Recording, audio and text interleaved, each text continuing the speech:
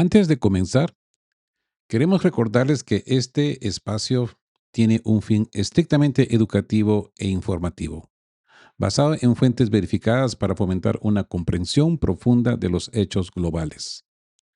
Nos oponemos a la desinformación. Nuestra meta es el intercambio de conocimiento y análisis crítico, siempre bajo el respeto a todas las partes involucradas. Cine Mora, sin pausa, sin tregua. Muy buenos días. Tomen su café y aseguren sus posiciones. Hoy es martes de enero y el mundo ha decidido que no habrá pausas para nadie. El episodio de hoy lo hemos titulado Cine Mora, porque lo que estamos viviendo es una ejecución implacable, sin demora, en todos los frentes. Mientras muchos analistas en Occidente especulaban con una pausa de cortesía por parte de Rusia debido a la presencia de Donald Trump en Davos y su nueva iniciativa de paz para Gaza, Moscú ha enviado un mensaje de hierro. A las 23:49 de anoche, el cielo de Ucrania se iluminó con lo que parece ser la fase final, un ataque de saturación aterrador. Estamos hablando de la triada nuclear convencional en acción, 1000 Geranios, Iskanders y el debut del temido Zircón apuntando directamente al corazón del sistema, los cuadros de distribución de las centrales nucleares.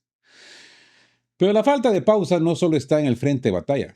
Donald Trump, sin esperar que se enfríe su café en Davos, ha lanzado un ataque diplomático y comercial furioso contra Noruega y Dinamarca. El objetivo, Groenlandia.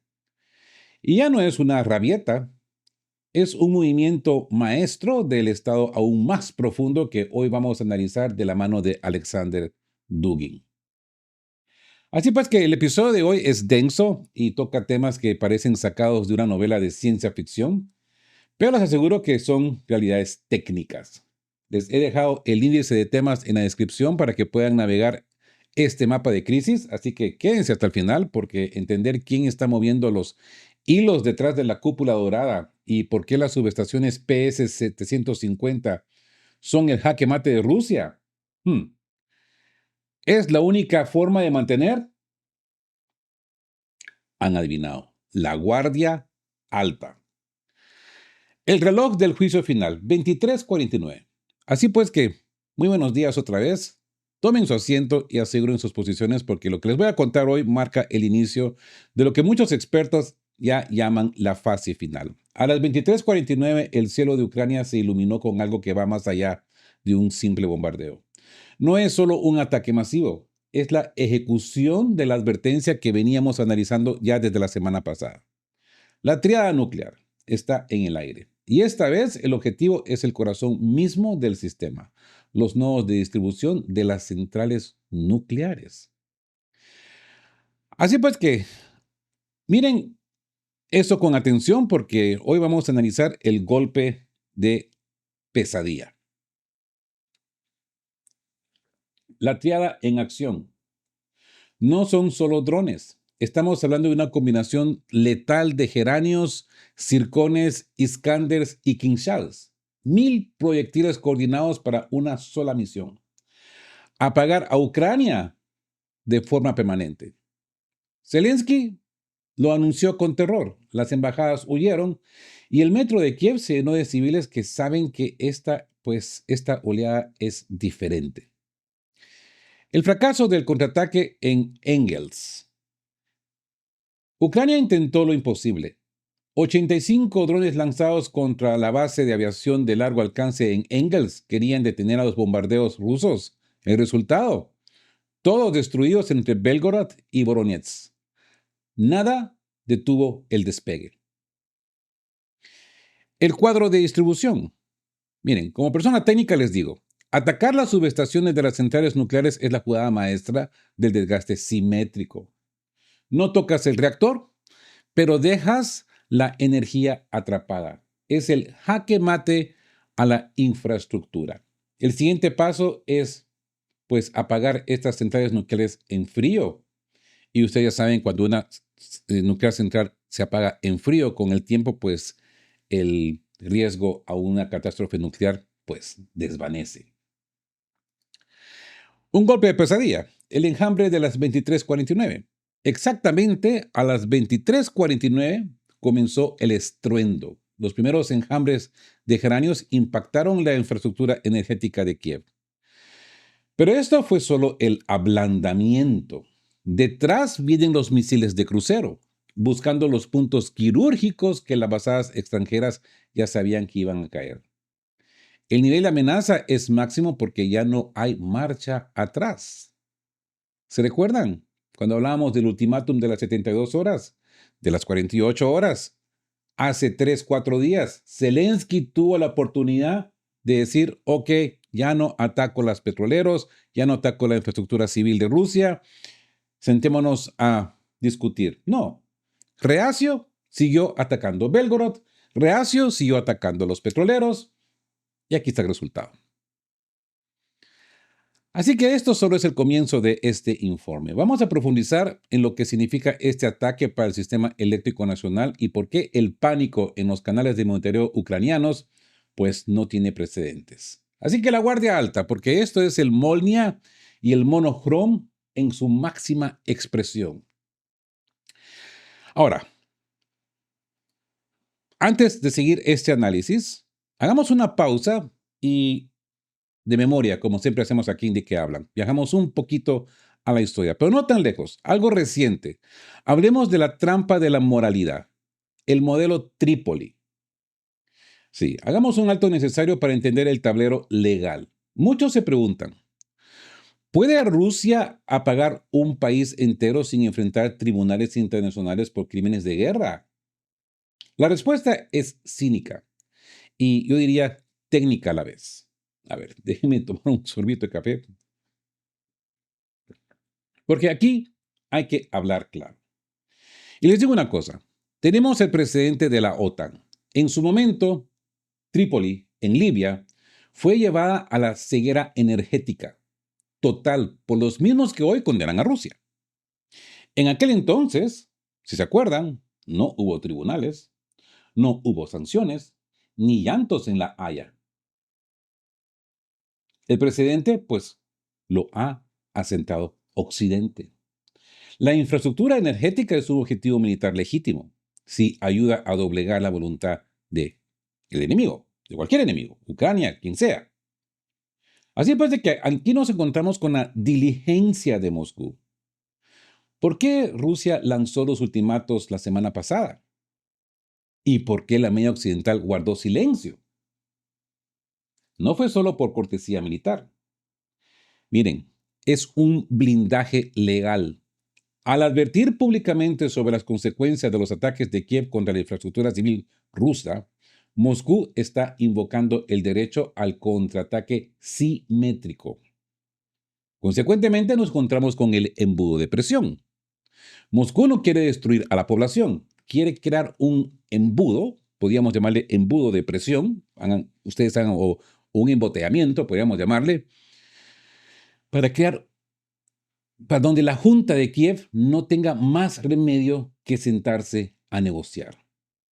El problema es que a Zelensky y su cúpula no les importa que su pueblo muera de frío en el metro. Ellos prefieren el martirio ajeno antes que la rendición propia. Por eso el ataque de las 23:49 es tan quirúrgico, es la respuesta final ante una junta que se niega a salvar a sus ciudadanos. Y ojo, que la gran diferencia acá es de que Ucrania lanza sus drones adentro de Rusia, Rusia los logra repeler. Ucrania no puede repeler los ataques de Rusia. Es un suicidio lo que está cometiendo Zelensky y su junta a costa del pueblo ucraniano. ¿Por qué? Porque estos locos están en su búnker con calefacción, con su caviar, champán, vodka y su polvo mágico para aguantar la presión y la depresión. Pero la gente no, la gente se está congelando. Está muriendo de frío, de hambre, de enfermedades que no pueden ser tratadas porque los hospitales también están cerrando. Así que el golpe de pesadilla, ¿no? Así que cuando oigan hablar de crímenes de guerra, recuerden a Libia y entiendan que Rusia está jugando con las mismas reglas que Occidente ha escrito. Pero ahora volvamos al estruendo. Vamos a ver cómo esos 1000 geranios y circones están desmantelando lo que queda de la red eléctrica. Guardia alta. El factor humano. Miren una cosa. Como alguien que ha trabajado en zonas de conflicto, sé que la población es siempre el rehén de los políticos que no sufren los apagones. Porque estos desgraciados están bajo calefacción, están bien escondiditos, bien alimentados y tienen la ruta rápida para huir. ¿Ok? Pero militarmente Rusia está usando el único lenguaje que la OTAN entiende, el de los hechos consumados, la simetría. Aquí hay que hacer hincapié en que Ucrania golpea primero refinerías y depósitos de petróleo rusos como petroleros en el Mar Negro, incluso en el Mediterráneo, incluso más abajo ahí en el Atlántico, en, en costas africanas. ¿Mm? Como vimos, pues, recientemente el bloque de Saratov. Así que el derecho a la réplica es la base de la defensa de Moscú. Ojo, yo no estoy acá para defender a nadie, pero hay que poner las cosas como son aquí sobre esta mesa, ¿verdad? El quinzal terrestre y el apagón de la margen izquierda, ¿ok?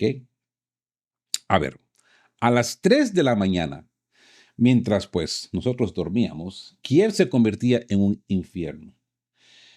Tenemos el reporte de Anatoly Shary, que es demoledor. Les he explicado en varias ocasiones que Anatoly Shary es un periodista ucraniano en el exilio.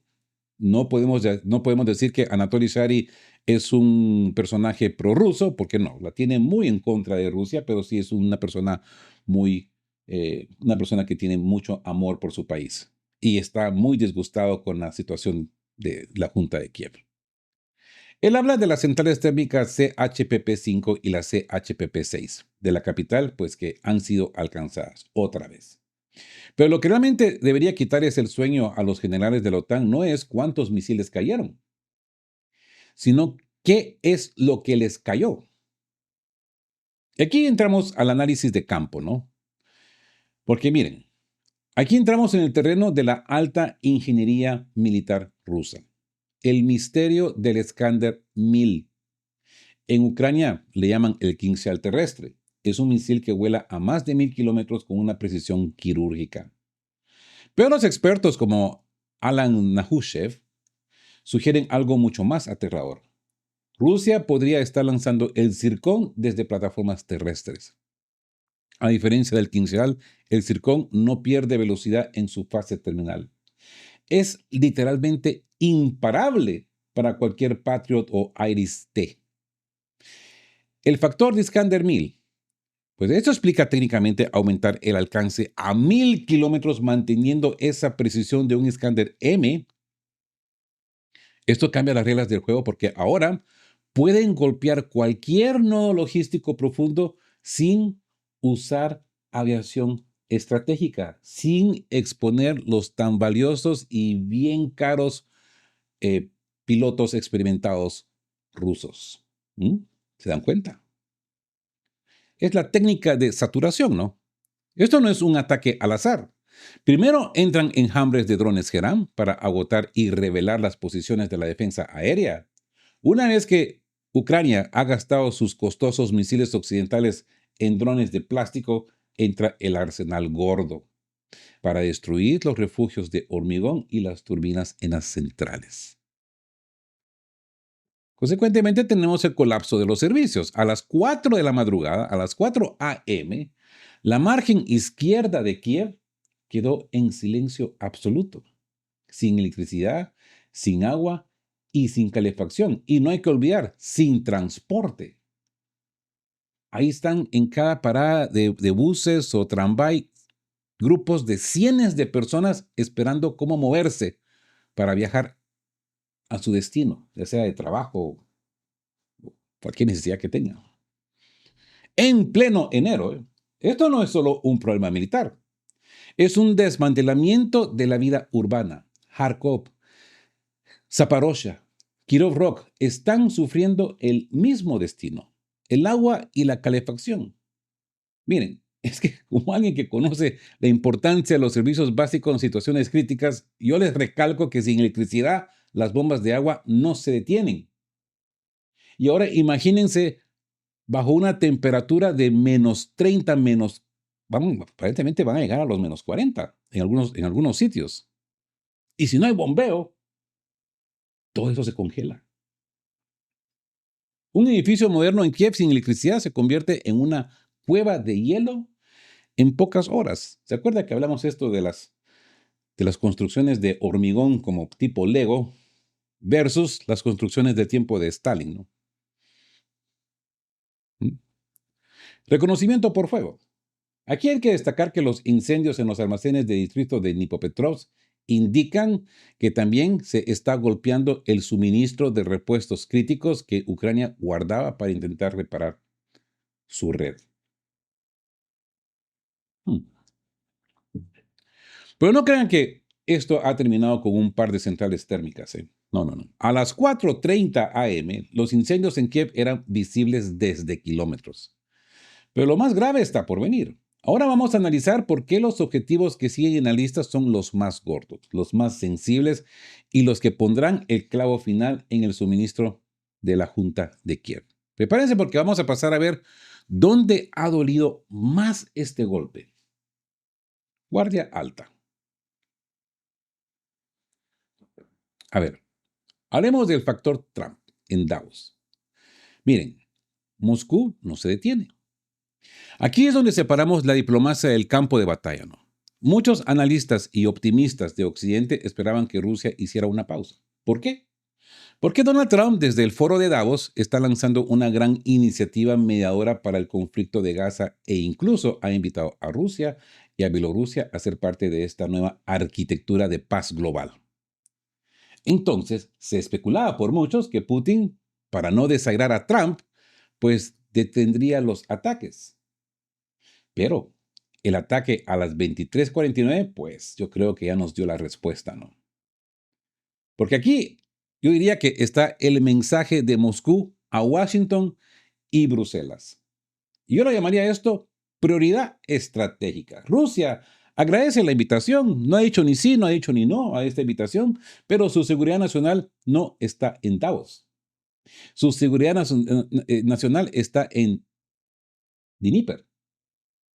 No va a haber pausas. El Kremlin ha dejado claro que no se dejará distraer por zanahorias diplomáticas mientras la OTAN sigue enviando armas a su frontera. Es un mensaje directo.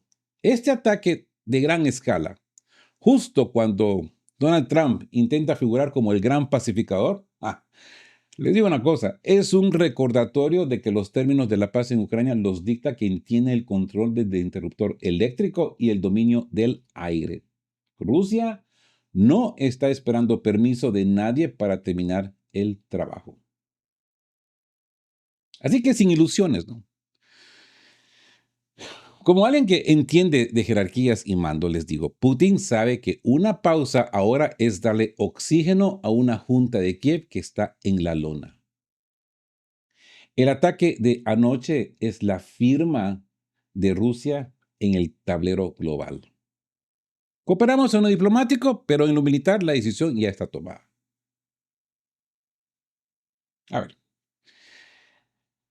aquí tendríamos que mencionar y no olvidar la búsqueda del Nobel de la Paz con su mediación en Gaza. Pero Putin sabe que los tiempos rusos no coinciden con los tiempos electorales de Estados Unidos. El mensaje de la triada, ¿no? Hay que destacar que al usar la aviación estratégica durante Davos es una demostración de la fuerza soberana. Rusia está diciendo, mi triada nuclear no está en pausa por un foro económico. A ver, como les decía, los objetivos son los más gordos. Así que mientras los líderes mundiales toman el champán en Davos, los ingenieros de la red eléctrica ucraniana están viviendo su peor pesadilla. Porque después de las centrales térmicas vienen los objetivos que realmente duelen, los cuadros de distribución de las centrales nucleares. Pasemos a ver por qué estos objetivos son los más gordos de toda la campaña. Guardia alta. Cide Mora. Sin pausa, sin treguas. El jaque mate a las PS-750.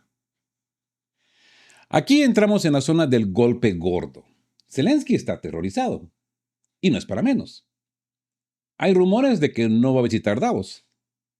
Se le dice que no vaya porque el tema de Ucrania no es el principal, sino que el tema de Groenlandia es el principal, así que no meta sus narices. Se va a ver muy pequeño y se va a ver en ridículo. Miren, tras la destrucción de las térmicas, las tres centrales nucleares que le quedan a Ucrania generan el 74% de su energía. Pero aquí está el detalle técnico que solo vamos a analizar en este momento. Rusia no necesita atacar los reactores, no. El objetivo son las subestaciones PS-750. A ver, entremos a un análisis de campo.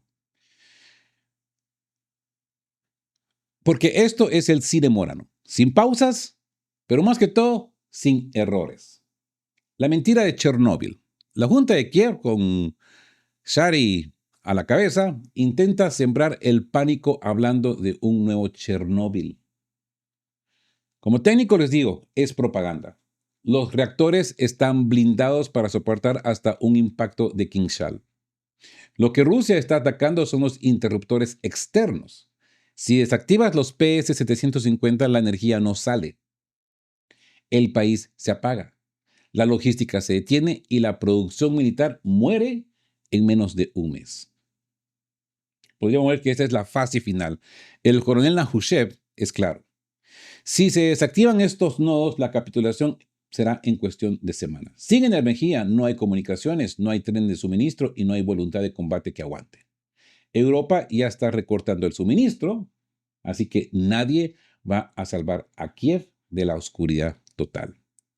Así pues que lo peor está por venir. Miren, a las 4:30 am, mientras pues podríamos decir que grabamos esto, los enjambres seguían volando. Pero ojo, los bombarderos pesados, los Tu-95 y los Tu-160 apenas, ojo, apenas están tomando posiciones. Lo que hemos visto hasta ahora podríamos decir que es el aperitivo. El plato principal de 1000 misiles aún está por servirse.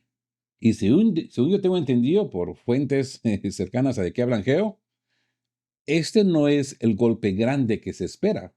Es mayor, es fuerte, pero no es el grande que se espera. Así que hay que estar atentos. Así que sin demora en el frente y sin demora en la diplomacia. El miedo nuclear. Hay que desmentir el pánico con autoridad, mi gente, amigos todos. Hay que desmentirlo. Atacar una subestación es como desenchufar una nevera. La comida se daña, pero la casa no explota. Rusia está desenchufando a Ucrania, no haciéndola estallar. Hay que dejarlo en claro. Ese volumen de ataque.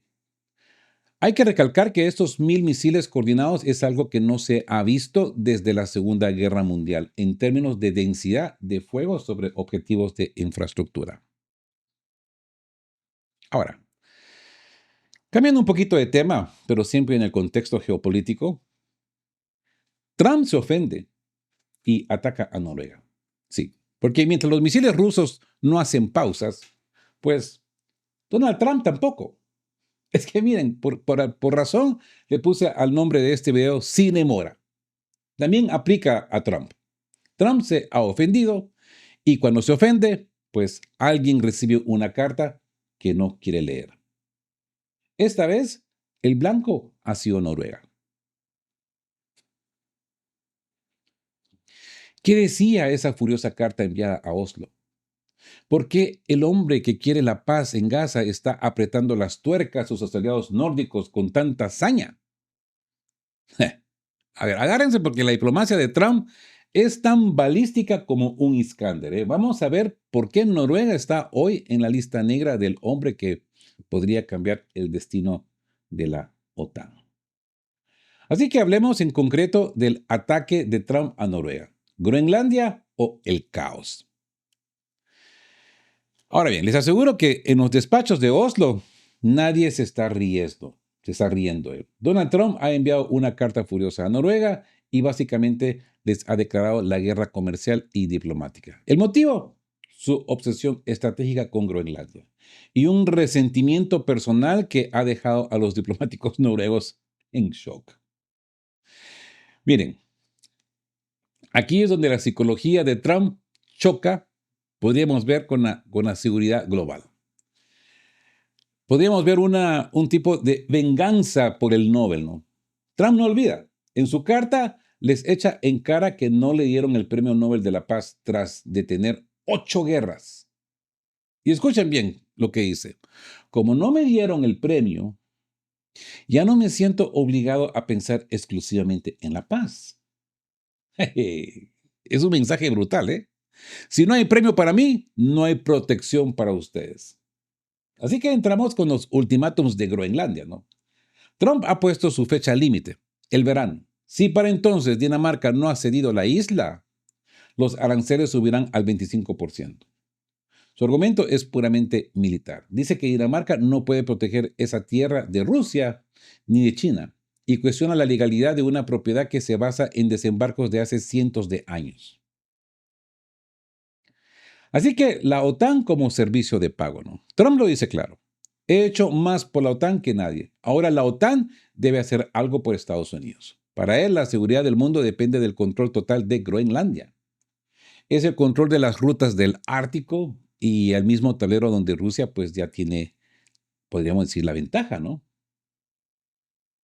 Ahora bien, miren, como experto de redes y logística, que ese era mi trabajo anterior, menciono que Groenlandia no es solo hielo, ¿eh? Groenlandia es un punto de control para cables submarinos y las nuevas rutas comerciales que se abren con el deshielo, algo que Rusia y China están trabajando en conjunto. Trump no quiere una isla, quiere el interruptor del comercio del norte.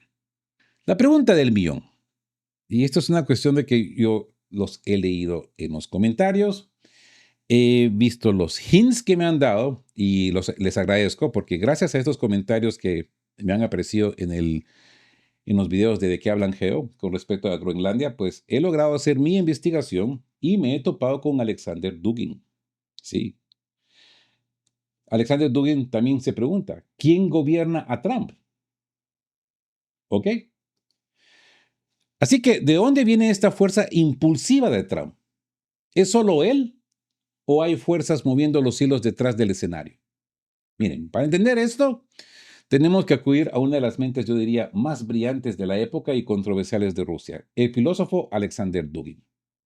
Dugin, que siempre ha tenido en alta estima a Trump como un destructor del viejo orden, pues acaba de publicar un artículo que está sacudiendo los cimientos de la inteligencia política. Se titula ¿Quién está por encima de Trump? Estos son los que gobiernan el mundo, dice. Vamos a entrar ahora en el terreno de las élites, el estado profundo y el destino de la humanidad, según la visión del filósofo de cabecera, pues podríamos decir del Kremlin. ¿Quién gobierna a Trump? El estado aún más profundo. Sí, Alexander Dugin, el filósofo que mejor lee la mente del Kremlin, ha lanzado una pregunta que está sacudiendo a los círculos MAGA en Estados Unidos. ¿Quién está por encima de Trump? Dugin sostiene que si a Trump se le permitió volver al poder tras declarar la guerra al Estado profundo es porque existe una agencia aún más poderosa. Él le llama el estado aún más profundo. Y no son fantasmas, tienen nombres, apellidos y miles de millones de dólares en Silicon Valley. Ujú. Así que, ¿existe un estado profundo enterrado mucho más profundamente? Y de ser así, ¿qué podría ser? Se han propuesto diversas teorías, dice él. Dugin, cito, sugerí que ese estado aún más profundo podría estar constituido por los influyentes círculos de poder, cuyos portavoces son oligarcas tecnológicos de Silicon Valley y el más influyente y conceptual de ellos es Peter Thiel, dice Dugin, ¿no? Y continúa. Observé su apoyo en la idea de Curtis Yarvin y en cierta medida a la de Nick Land, de la Ilustración Oscura, y el establecimiento de una monarquía estadounidense, ojo, con un Trump como emperador. Así que, como los planes para crear una ciudad utópica del futuro en Groenlandia.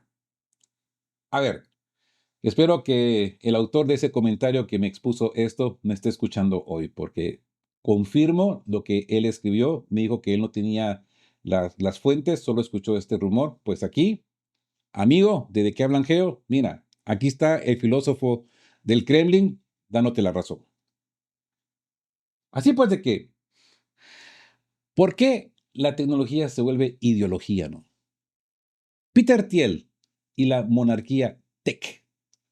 Dugin señala a Peter Thiel, fundador de Palantir, y PayPal, como el arquitecto de este nuevo orden.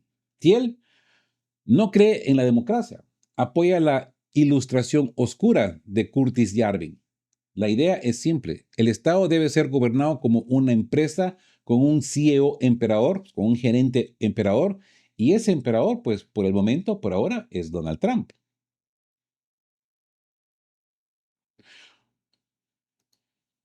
Otro concepto que me apareció en comentarios. La palabra praxis y la ciudad del futuro. Aquí es donde Groenlandia deja de ser una isla de hielo para convertirse en el proyecto Praxis, por sus iniciales PRAXIS. Una ciudad utópica para tecnócratas, gobernada por inteligencia artificial y blockchain financiada por Thiel y apoyada por Dearden Brown. Han elegido Groenlandia porque esta tierra virgen, pues para un experimento donde no hay religión ni conciencia, pues solo números. La conexión de los Puppet Masters, ¿no? Miren, piensen en esto. Ken Hovery, cofundador de PayPal con Thiel, es ahora el embajador de Estados Unidos en Dinamarca. Les digo, en esto no hay coincidencias. Su misión, negociar la compra de Groenlandia. Praxis, ojo, Praxis afirma tener 150,000 ciudadanos digitales y 1.1 billones de dólares de inversión. Ojo, que ni un solo groenlandés está invitado a su propio futuro.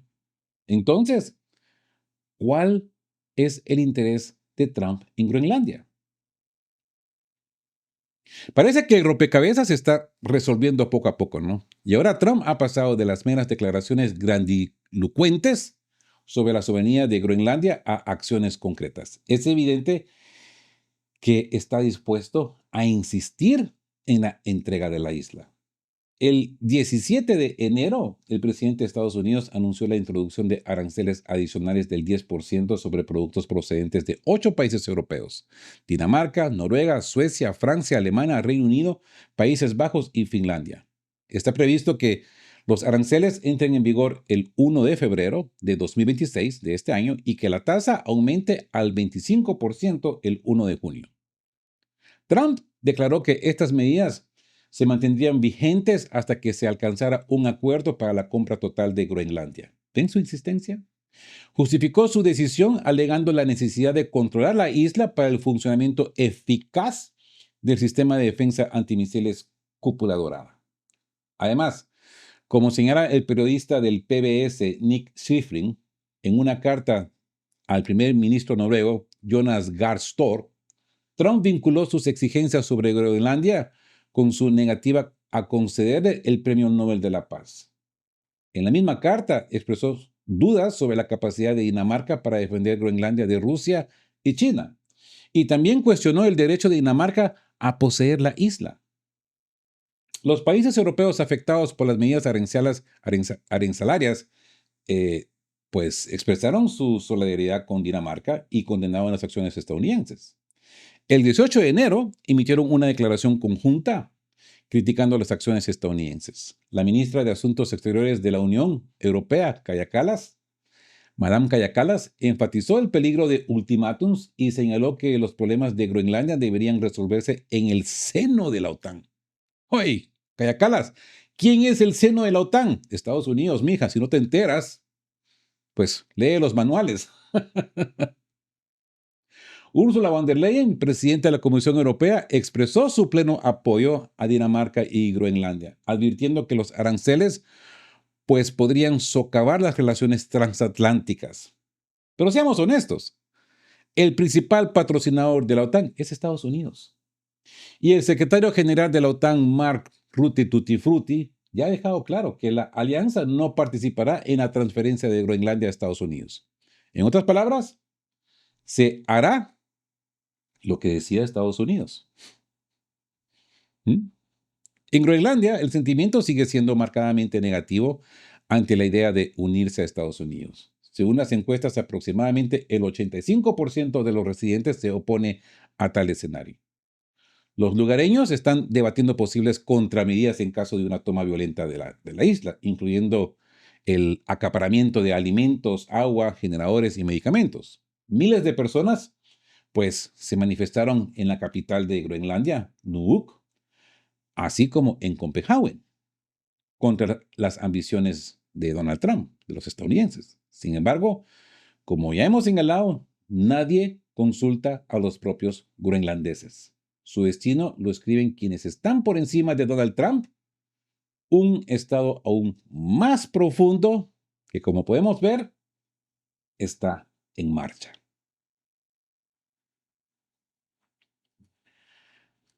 El mundo del cine mora, ¿no? Vaya título que encontré para este episodio. Hoy hemos navegado por un mapa que muchos pues se niegan a ver. Lo que comenzó a las 23:49 de la noche en las subestaciones de Kiev y lo que Donald Trump ha afirmado hoy en su carta a Oslo, o ayer en su casa a Oslo, pues es parte de la misma partitura, yo diría.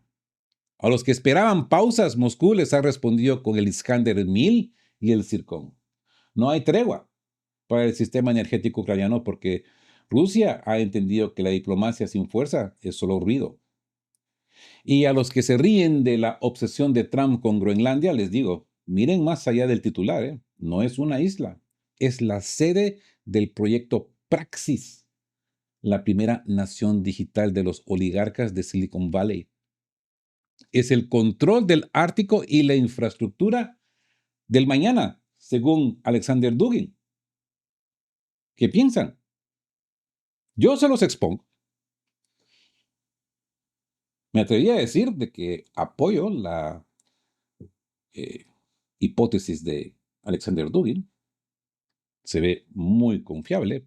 Quizás habría que hacer un análisis más profundo, pero todo se inclina a esto.